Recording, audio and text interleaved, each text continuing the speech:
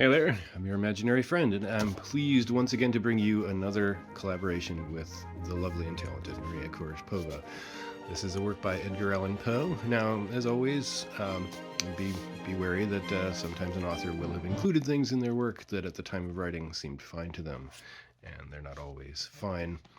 This is called Morella, and it makes a little bit of a change for me, apologizing for my French. Sorry for my Greek. Αυτό και αυτό, meth αυτό monoleves eion. Translates, provide a translation here, which is a little unusual for Edgar Allan Poe. It usually lets you stumble for yourself. Itself, by itself, solely, one, everlastingly, and single.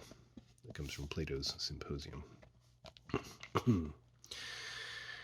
With a feeling of deep yet most singular affection, I regarded my friend Morella. Thrown by accident into her society many years ago, my soul from our first meeting burned with fires it had never before known. But the fires were not of Eros, and bitter and tormenting to my spirit was the gradual conviction that I could in no manner define their unusual meaning or regulate their vague intensity. Yet we met, and fate bound us together at the altar, and I never spoke of passion nor thought of love. She, however, shunned society, and attaching herself to me alone, rendered me happy. It is a happiness to wonder. It is a happiness to dream. Morella's erudition was profound. As I hoped to live, her talents were of no common order. Her powers of mind were gigantic. I felt this, and in many matters became her pupil. I soon, however, found that, perhaps on account of her Pressburg education, she placed before me a number of those mystical writings which are usually considered the mere dross of the early German literature. These, for what reason I could not imagine, were her favorite and constant study, and that in process of time they became my own, should be attributed to the simple but effectual influence of habit. An example. In all this, if I err not, my reason had little to do. My convictions, or I forget myself, were in no manner acted upon by the ideal, nor was any tincture of the mysticism which I read to be discovered, unless I am greatly mistaken, either in my deeds or in my thoughts. Persuaded of this, I abandoned myself implicitly to the guidance of my wife, and entered with an unflinching heart into the intricacies of her studies. And then, when poring over forbidden pages, I felt a forbidden spirit enkindling within me. Would Morella place her cold hand upon my own, and rake up from the ashes of a dead philosophy some low, singular words whose strange meaning burned themselves in upon my memory? And then, hour after hour, would I linger by her side and dwell upon the music of her voice, until at length its melody was tainted with terror, and there fell a shadow upon my soul, and I grew pale and shuddered inwardly at those too unearthly tones. And thus joy suddenly faded into horror, and the most beautiful became the most hideous, as Hinnon became Gehenna. It is unnecessary to state the exact character of those disquisitions which, growing out of the volumes I have mentioned, formed for so long a time almost the sole conversation of Morella and myself. By the learned in what might be termed theological morality, they will be readily conceived, and by the unlearned they would at all events be little understood. The wild pantheism of Fichte, the modified Palingenia of the Pythagoreans, and above all, the doctrines of identity, as urged by Schelling, were generally the points of discussion, presenting the most of beauty to the imaginative Morella. That identity which is termed personal, Mr. Locke, I think, truly defines to consist in the sameness of rational being. And since by person we understand an intelligent essence having reason, and since there is a consciousness which is which always accompanies thinking. It is this which makes us all to be that which we call ourselves, thereby distinguishing us from other beings that think and giving us our personal identity. But the principium individuationis, the notion of that identity which at death is or is not lost forever, was to me at all times a consideration of intense interest, not more from the perplexing and exciting nature of its consequences than from the marked and agitated manner in which Morella mentioned them. But indeed, the time had now arrived when the mystery of my wife's manner oppressed me as a spell. I could no longer bear the touch of her wan fingers, nor the low tone of her musical language, nor the luster of her melancholy eyes. And she knew all this, but did not upbraid. She seemed conscious of my weakness, or my folly, and smiling, called it fate. She seemed also conscious of a cause, to me unknown, for the gradual alienation of my regard. But she gave me no hint or token of its nature. Yet was she woman, and pined away daily. In time the crimson spot settled steadily upon the cheek, and the blue veins upon the pale forehead became prominent. In one instant my nature melted into pity, but in the next I met the glance of her meaning eyes, and then my soul sickened and became giddy with the giddiness of one who gazes downward into some dreary and unfathomable abyss. Shall I then say that I longed with an earnest and consuming desire for the moment of Morella's decease? I did, but the fragile spirit clung to its tenement of clay for many days, for many weeks, and irksome months, until my tortured nerves obtained the mastery over my mind, and I grew furious through delay, and with the heart of a fiend cursed the days and the hours and the bitter moments which seemed to lengthen and lengthen as her gentle life declined, like shadows in the dying of the day. But one autumnal evening, when the winds lay still in the heaven, Morella called me to her bedside. There was a dim mist all over the earth, and a warm glow upon the waters, and amid the rich October leaves of the forest, a rainbow from the firmament had surely fallen. It is a day of days. It is a day of all days. To live or die.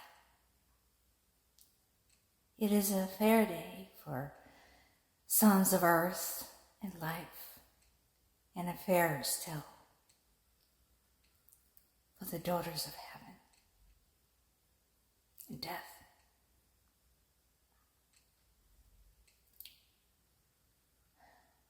I'm done, yet shall I live.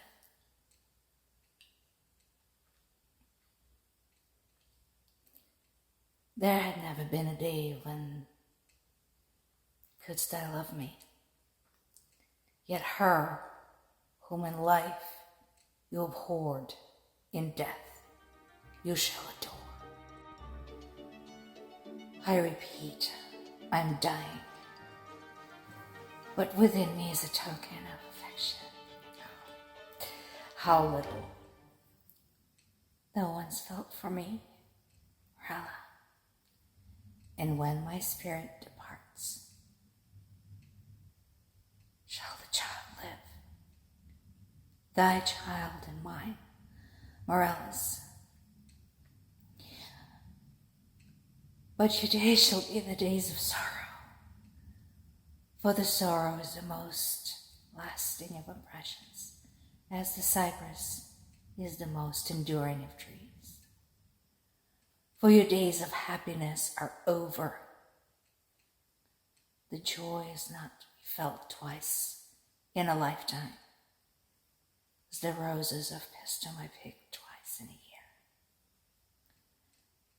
No longer then shall you play chance with time, but being ignorant of the myrtle and the vine, thou shalt carry thy shroud on this earth, as a Moslem in Mecca.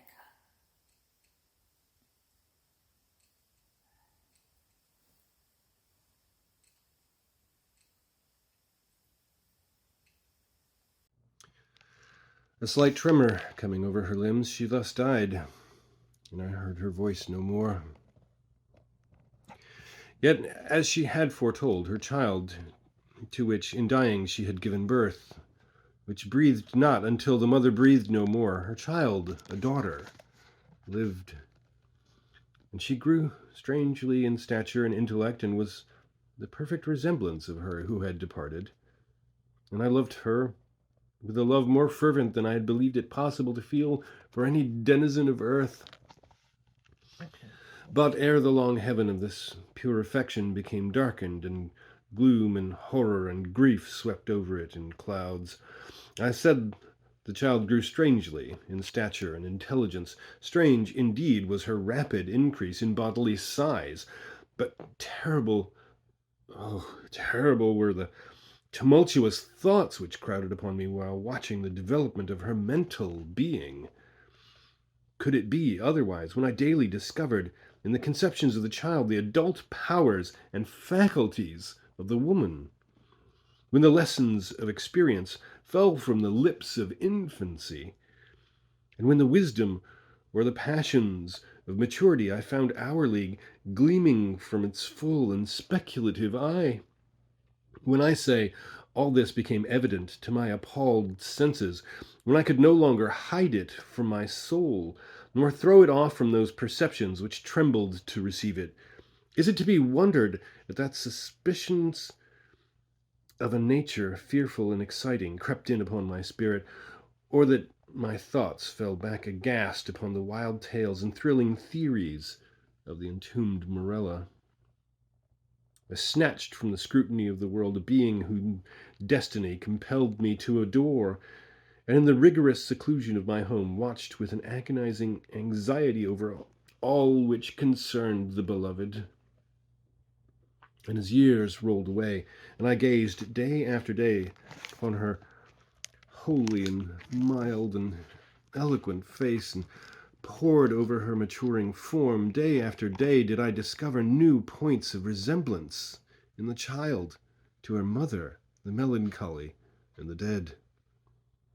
And hourly grew darker these shadows of similitude, and more full, and more definite, and more perplexing, and more hideously terrible in their aspect. For that her smile was like her mother's I could bear, but then I shuddered at its too perfect identity.